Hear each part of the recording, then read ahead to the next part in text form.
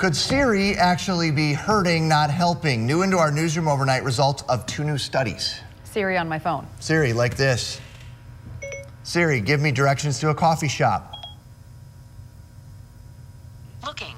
Which coffee shop? Tap the one you want. There you Right, go. so you got this in your car, but There are some surprising results about distracted driving this morning. Our Brandy Powell has been looking into these, and you say there's actually potentially life-saving information in these new reports out. There is, because, you know, and Chris was just using that phone. I use Siri all the time, and I kind of feel like since I'm not punching something in, I'm a little bit You're talking. safer, right? But here's the deal.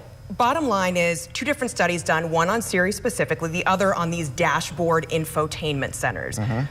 The findings, they're both more dangerous than if you just picked up your phone and started talking like this. AAA. So new study, this is actually AAA teaming up with University of Utah. They get 160 plus college students, some other volunteers. They put them in lab settings, simulations, and actually out on the road in Salt Lake City. Safe neighborhoods, they said.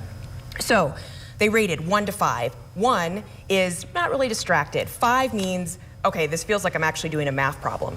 Here's what they found with that Siri test that got the worst rating overall, 4.4. So it's like you're doing some kind of a math problem. People actually rear-ended each other. Siri accidentally called 911. People use it to navigate, send texts, you know, make Facebook posts even. The worst for the infotainment center, that was with Chevrolet's MyLink. It got a 3.7 rating. The problem here is customers are demanding when they get the new cars that they have these in them.